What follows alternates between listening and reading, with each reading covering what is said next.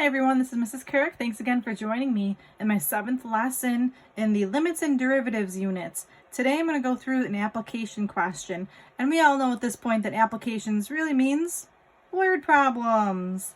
Alright, so at any point in this video, please pause the video so you can get yourselves caught up here. Especially right now in the beginning would be a good time to pause the video so you can copy the notes down.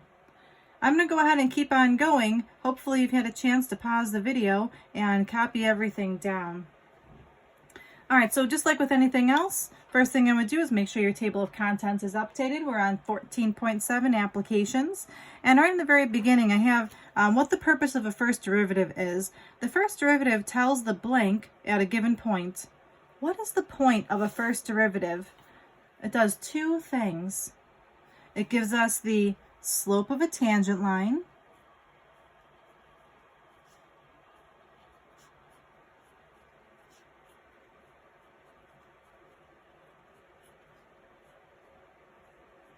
okay, so remember that if we had like a curve, for example, if I'm a visual person here, let's say you had something like a parabola, and I said, what is the derivative, what is the slope at this point here? Well, you would use the derivative, and finding the derivative would help us to get the slope of this tangent line. The first derivative also tells us the instantaneous velocity.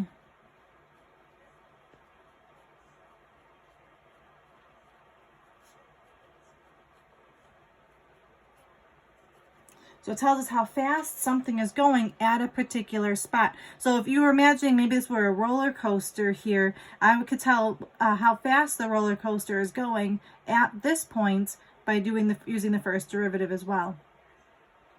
All right, so here's my first example. And again, I hope you had time to copy this example down into your notes. I'm going to read it once out loud. A .50 caliber bullet is fired into the air from the top of a naval ship 848 feet above sea level. It reaches a height of s of t is equal to negative 16t squared plus 832t plus 848 feet after t seconds. When will the bullet hit the sea? Now previously, we would just take this equation, type it in our calculator, and figure out when it hits the water. I mean, essentially what we're working with here is we've got a parabola, so you've got a squared here, you've got a parabola, and it's going to arc up and eventually arc back down. And I don't need a calculator to tell me that. I know that because it's a negative in front, so the equation's opening downwards, and I know that it starts up at 848 feet, so this point right here is at 848 feet, and the question says, when will the bullet hit the sea? So I'm looking for this spot right here. Well, I want to do this algebraically. I'm going to try to stay away from the calculator today. So I want to do this with algebra. How can I figure out when the bullet hits the water? Well, let's think about this. This is t for time. I'm looking for when the bullet will hit the water. This is my height. What does the height have to be so the bullet hits the water? Good. Did you pick 0? The bullet has to be 0 feet above sea level. So essentially what I want to do is I'm going to take the equation that I had, negative 16t squared plus 832t plus 848. And I'm going to set that equal to 0. And I'm doing that, set equal to 0, because that is when the bullet hits the sea. Now, that was something that you learned in algebra too, so that was a while back. And now to solve this, looking at this question, I noticed that there's going to be a GCF of negative 16. So I'm left with t squared. Now would be a good time maybe to grab your calculators and see what this is when you divide it out. Let's see, so pause the video, go grab your calculators. Let's work this out. 832 divided by negative 16 is negative 52.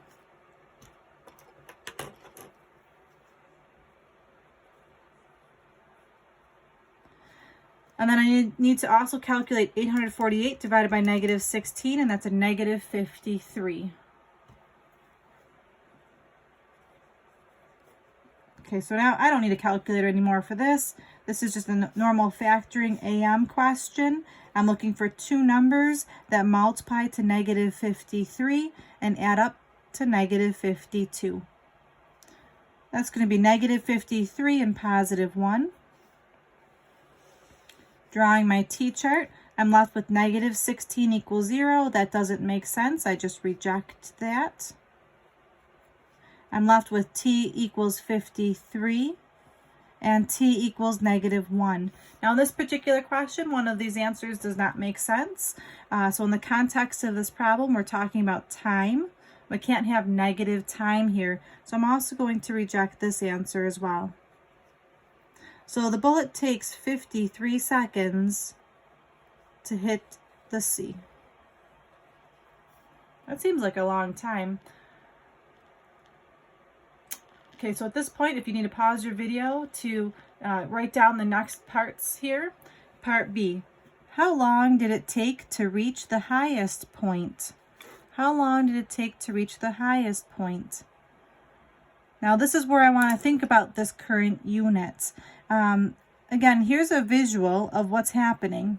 You've got this bullet on top of a ship. It's being shot into the air and coming down to the water. So I want to know, how long did it take to reach the highest point? This would be the highest point right here. How can I use derivatives to help me here? Let's think about this.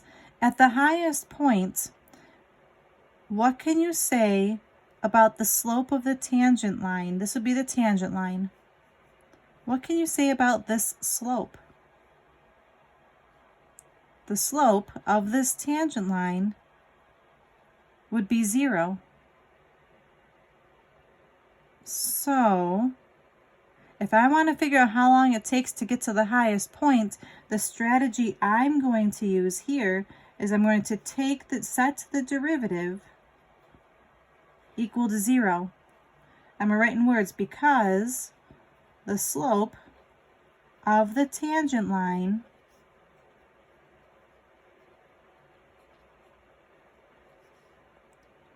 would equal 0. Or another way of thinking about it would be that the speed of the bullet would equal 0. Because if you can imagine it, the bullet's coming up, coming up, coming up. It hits the top point and then it turns back down. So right at this spot is when the bullet just is at 0 speed and then it goes back down. That's a very tricky concept. I hope some of you do understand that. So if I want to figure this out one more time, I'm finding the derivative and I'm going to set that equal to 0, because I know that at the highest point, the tangent line has a slope of 0. So what do I have to do here? I have to figure out what the derivative even is. Let's do that. I'm going to use that shortcut method. So again, the derivative of the shortcut method, I take the exponent and multiply it by the number in front. So that gives me negative 32t. And then I decrease the exponent by 1, so t squared just becomes t to the first. Plus, I'm going to do that over here. Take the exponent and multiply it by the number in front. So it's 832. And if I decrease that next exponent, that becomes t to the 0, and that just drops off, because t to the 0 is 1. The derivative of a constant is nothing. Okay, so here's my first derivative, and I'm going to set that equal to 0. And now I can solve this. I'm going to subtract 832 to both sides and then divide by negative 32. Can you do that? Let's see. If I subtract 832 to both sides, it becomes negative 832. And I'm going to divide that by negative 32. It gives me 26.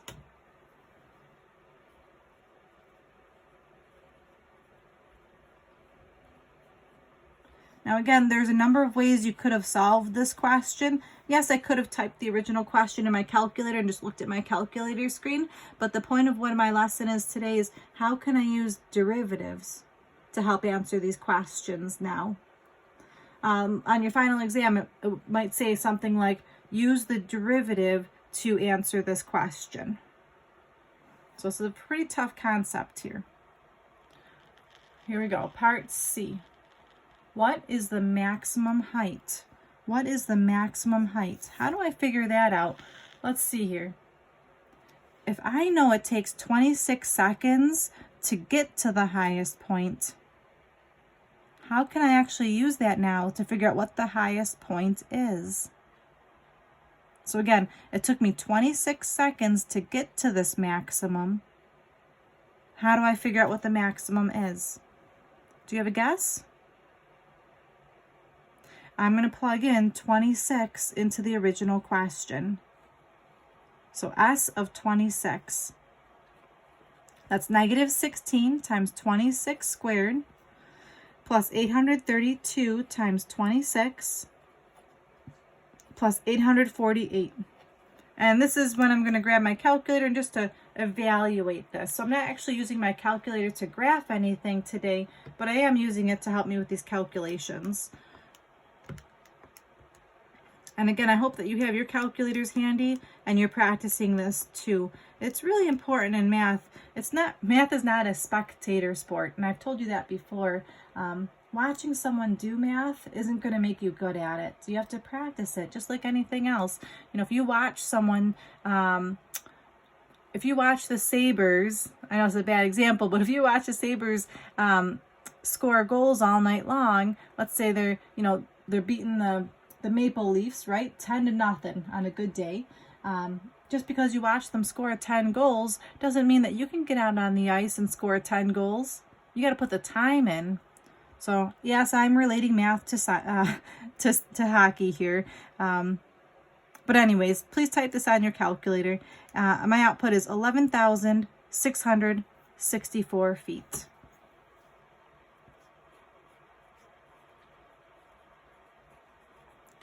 I don't know. It's definitely a lot different to talk about this stuff when you've got an audience in the class, so we can get some conversation going back and forth. But I hope you don't mind my little tangents. All right, so we figured out the maximum height is 11,664 feet.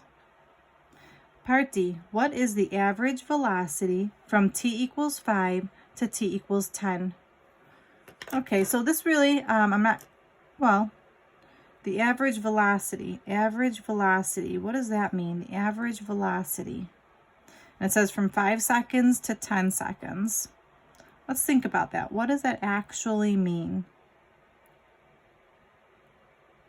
Well, the average velocity, isn't that just a fancy way of saying slope? I hope you figured that out. Average velocity is just asking for the slope, like average rate of change. Do you remember that from Algebra 1? So the slope I'm going to use here is the change of s over the change of t. So I have to figure out what s of 10 is, subtract s of 5, and that's over 10 minus 5. All right, so I'm going to have to use my calculator here to figure out what s of 10 is. Let's see.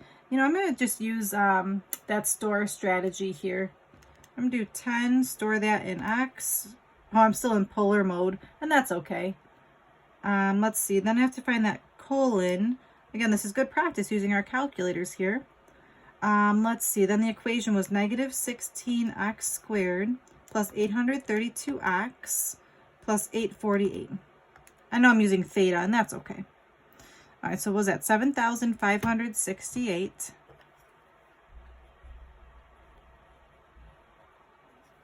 And then now I can plug in 5, so I'm just going to arrow up to grab that. And second arrow to the left jumps here really quickly. I'll delete one of them and change it to a 5. So 5 is being stored in x, or 5 is being stored in theta. I got 4,608. And I know 10 minus 5 is just 5. So 7,568 minus 4,608 is 2,960. And divide that by 5. So I get 592. And what did we just figure out? We figured out the average velocity. So we're talking about 592 feet per second. So from 10 seconds to 5 seconds, which if you were to look at the graph, we know this is 26 seconds. So from 5 seconds to 10 seconds, like, so this tiny little bit right here, we could say the bullet is going 592 feet per second in that little section. That's what we just figured out. All right, the last part of the notes today, and again, I hope that you've been using the pause feature here to get yourselves a chance to copy these down. What is the velocity when the bullet hits the sea? How do we figure that out? The velocity, remember, velocity is speed when the bullet hits the sea. Well, let's think about that. Do we know when the bullet hits the sea? Wait a second, back up here, we figured that out. The bullet will hit the sea at 53 seconds. So how do I figure out the velocity at 53 seconds? I need the velocity at 53 seconds. So I'm going to write that down. I need the velocity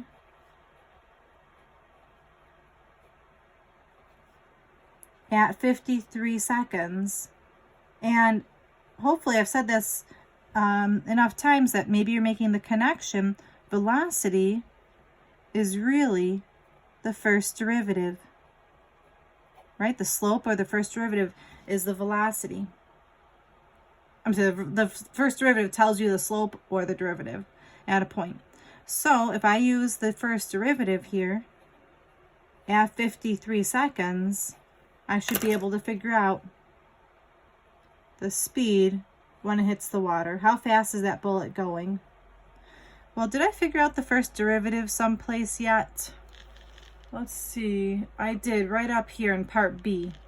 So I'm going to copy that first derivative down, which is negative 32t plus 832. And instead of t, I'll put the 53 in. And then I'm going to go ahead and grab my calculator to figure out what this actually is. Negative 32 times 53 plus 832 is negative 864.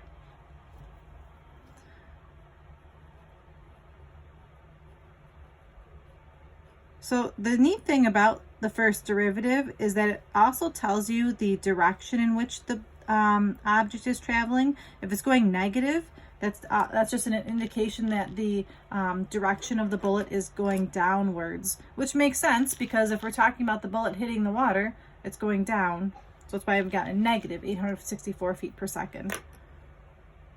That's pretty interesting to me because if I look at part D versus part E, in this little snippet, why do you think the bullet's going slower than in this part E? Well, in part D, the bullet is traveling up, right? It's traveling up against gravity. And as it's coming down with gravity, it's picking up speed and momentum, and that's why it's traveling at a little bit of a faster rate. So kind of neat to think about.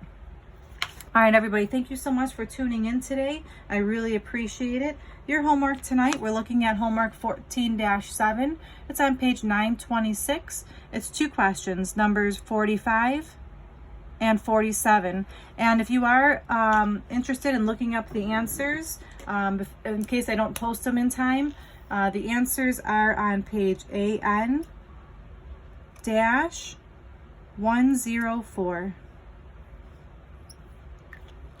And again, as always, I am so proud of you. Thank you for taking your time out today to watch this video. I know you've got a lot of things on your plate, and I really am so proud of all the things that you're able to do and how you're managing your time. Thank you so much again. This is Mrs. Kirk. I miss you all. Take care. Bye-bye now.